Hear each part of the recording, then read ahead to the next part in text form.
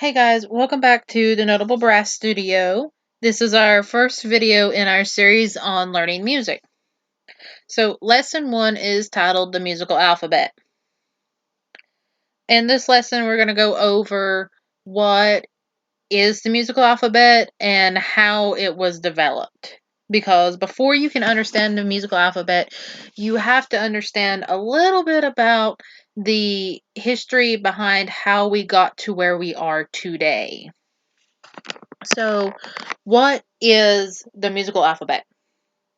The musical alphabet is the system of notation that we as musicians use to read and understand the music that is on the page. So, there are 7 different note names. Each note corresponds to the first 7 letters of the modern day English alphabet. So, if you were like me, a native English speaker, you know the alphabet, or if you're someone who is not a native English speaker and speaks English, you know the alphabet as well. If you do not, we will cover what those letters are. And I'll go ahead and give you 5 seconds to think about what the first 7 letters of the alphabet are. Okay, and go.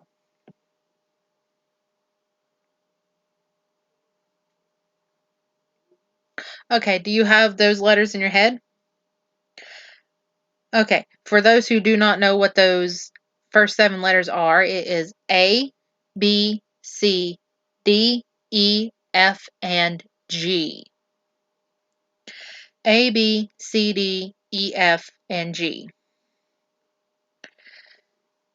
The first 7 letters are the system that we use because the system was originally developed over in Europe. Most of Europe uses some kind of variation of this English alphabet, and their first 7 letters are A, B, C, D, E, F, and G, respectively. Obviously, with slight pronunciation differences for the different languages over there, French, German, Swedish, Norwegian, Turkish, all the other English languages that are over there. The first 7 letters are generally the same. So if we think about how we got to where we are today, the music notation system that we use today was not in place hundreds of thousands of years ago. So originally, music notation, I'll put some pictures up here, looked like general lines, squiggle lines going straight horizontally, or just a straight line that's not squiggly, straight or squiggle lines going up, straight or squiggle lines going down. These lines would basically direct the musician who was singing or playing an instrument on what way the melody was supposed to be going. Is it going to be staying constant, going at the same same note? Are we going up in the melody? Are we going down in the melody? However, there was a big significant problem with this that over the years was worked on and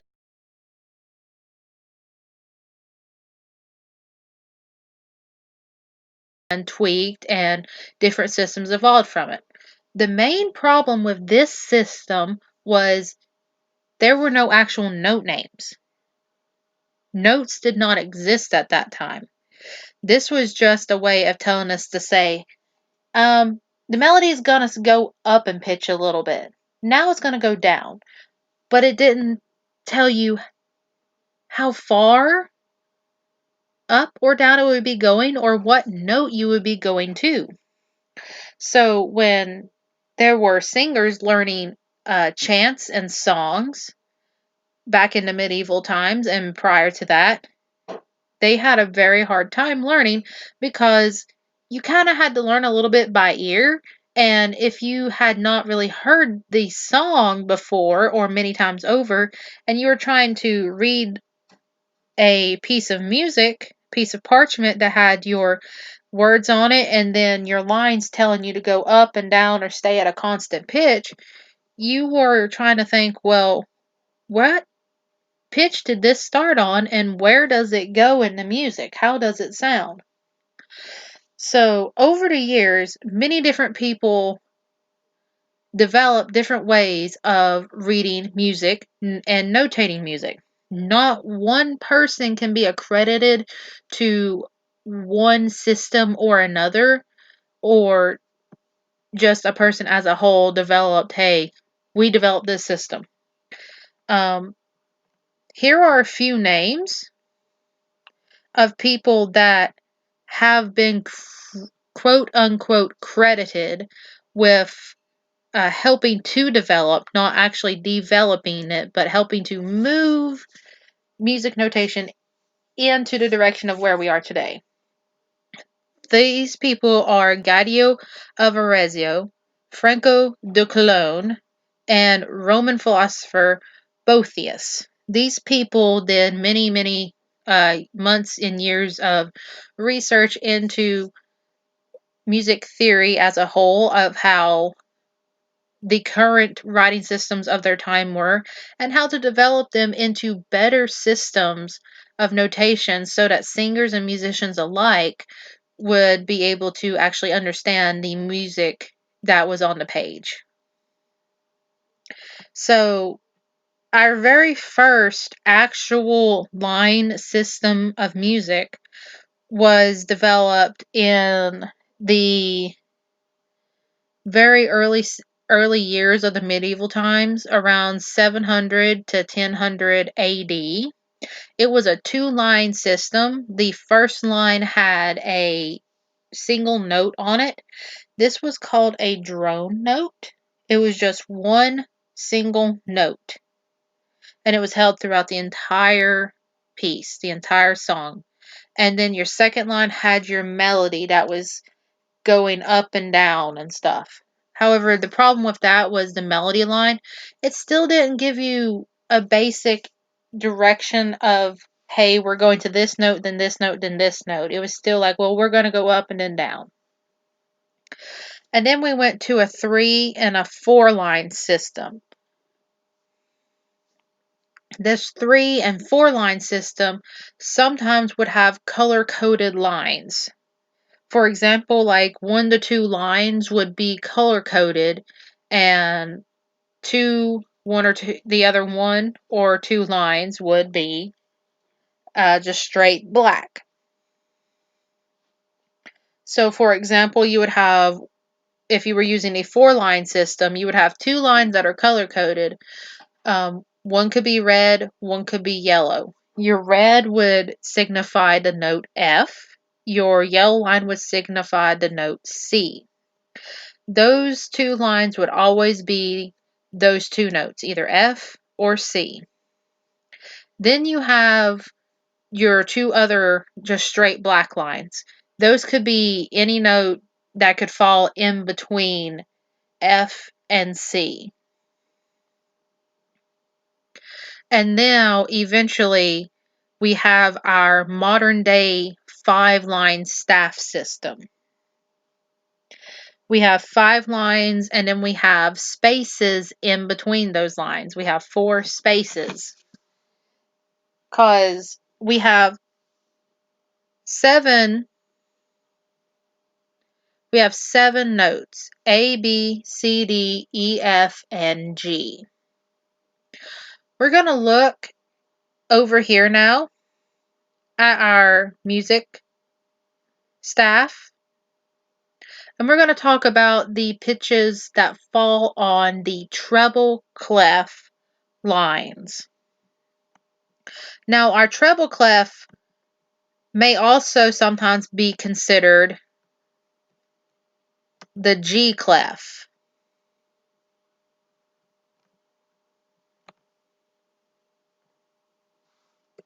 I'm going to fix this right quick. There we go.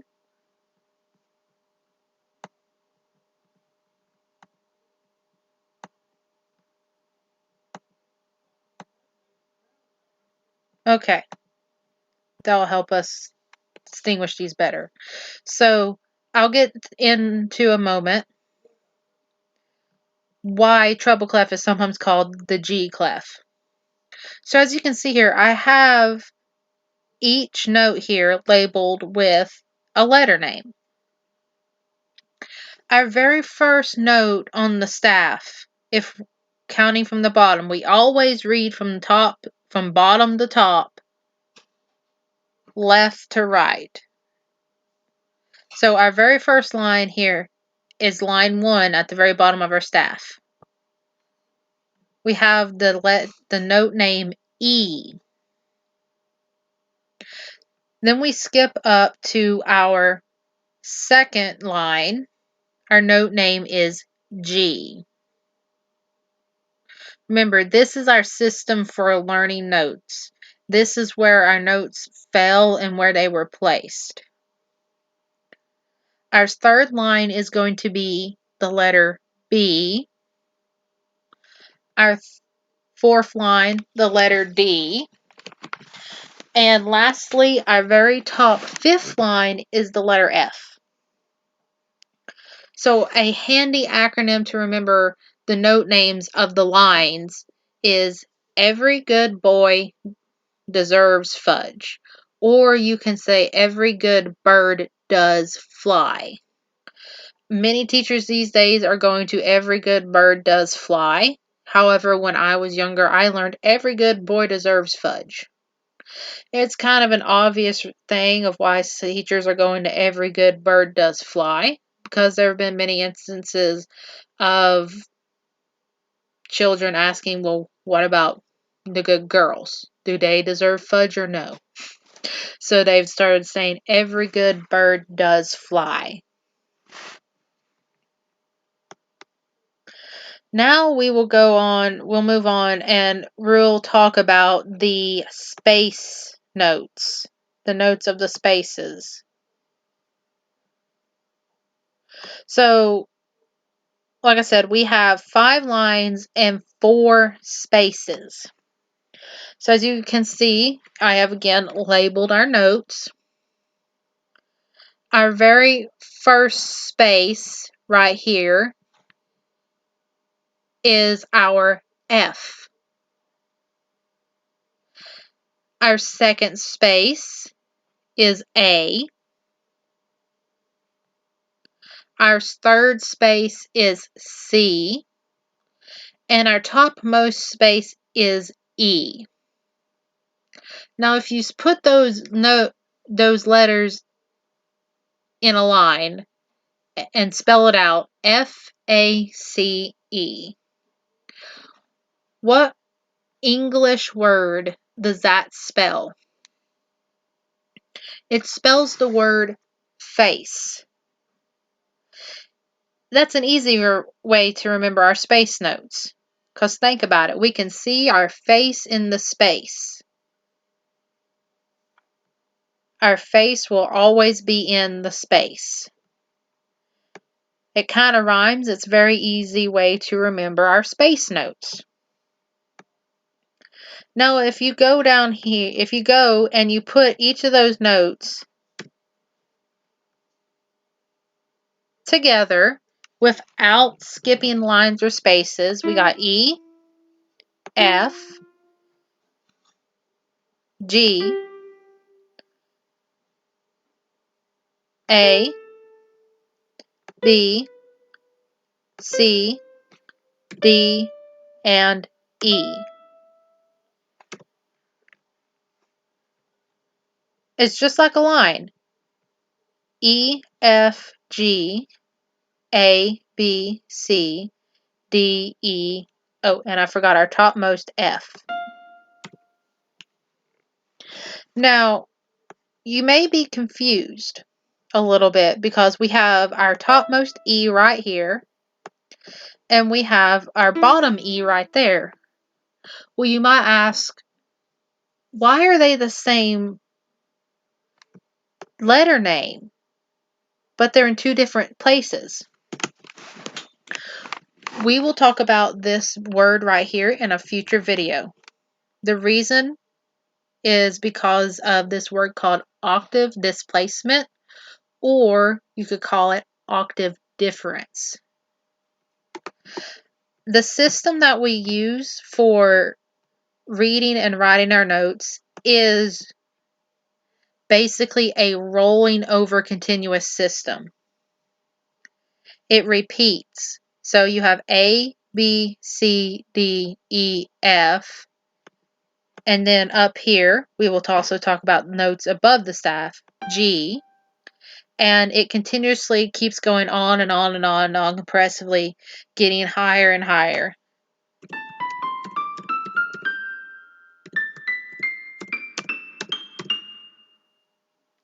Until my music software decides it's not going to. There we go. I accidentally hit the wrong note again. And the same can happen.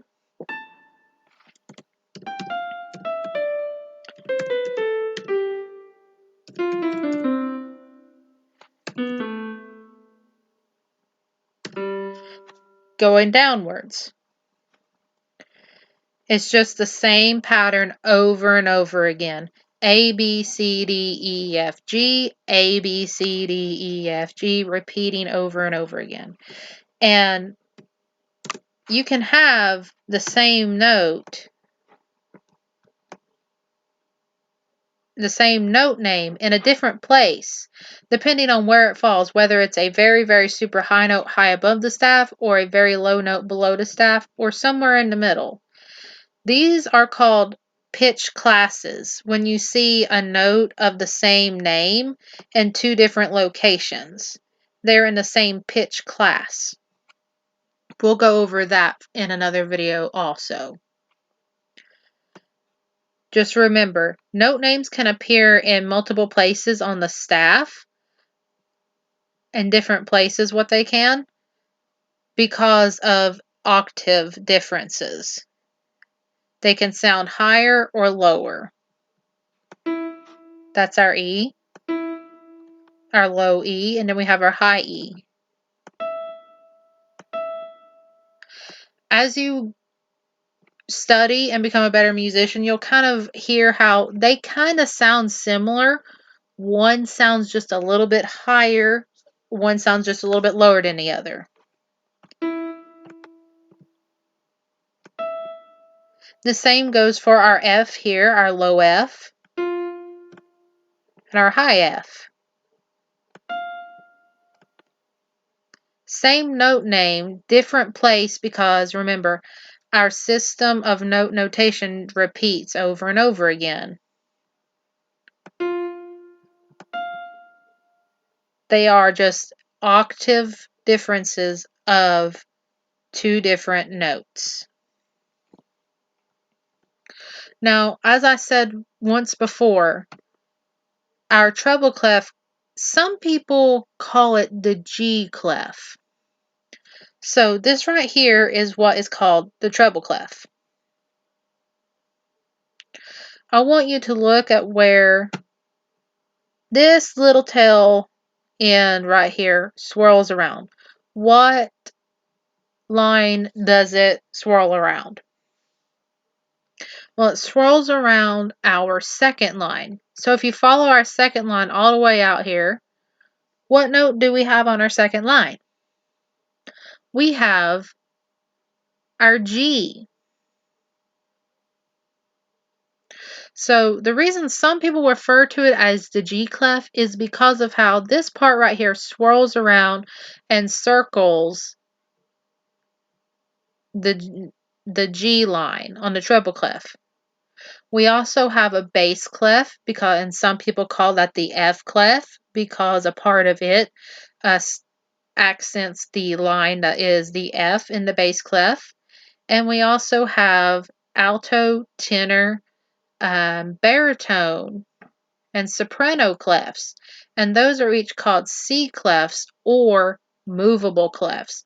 That's very advanced, and we will not be talking about C clefs for a very long time because of how they are confusing and how they are movable. But for all intents and purposes, we'll be referring to this as treble clef And in our next video, we will start talking about bass clef.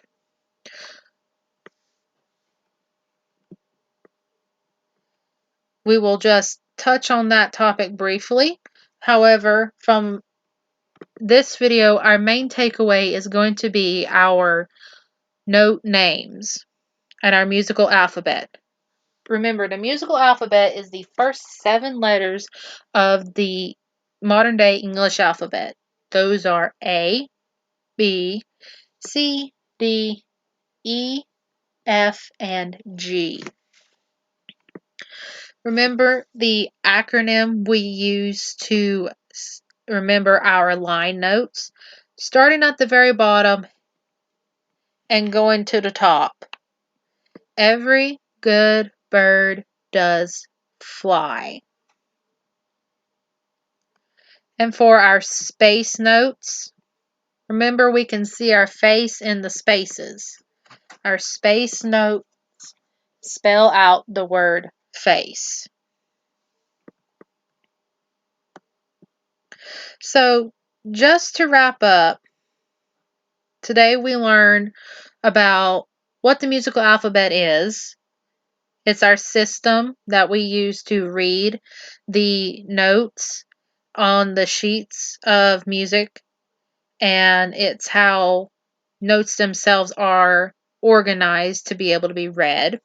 And we learned that music itself was not actually developed at the beginning as we see it today.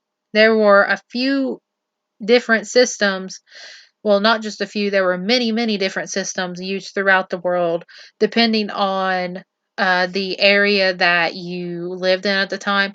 There were different systems that people in the Middle East used, in Asia used, and in Europe used, and even over here in the Americas, in North and South America, that the indigenous Native American peoples used as well.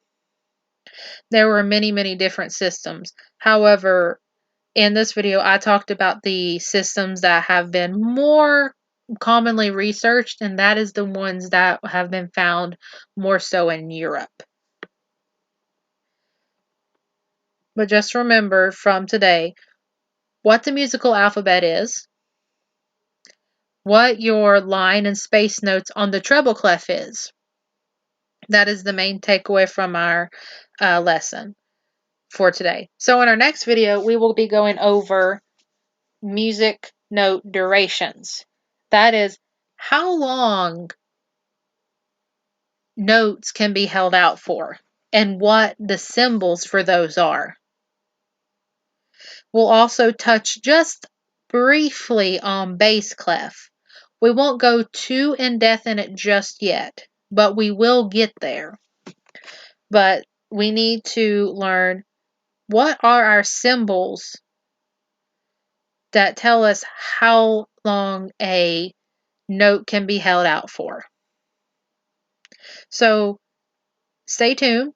That video will be out within the next few days, and I hope to see you there. If you are new to the channel, I do implore you to please subscribe and hit the bell. That way you get up-to-date notifications on when I am posting, and you'll be able to see the latest videos from me. So stay tuned about our next video on music note durations, and I hope to see you all there.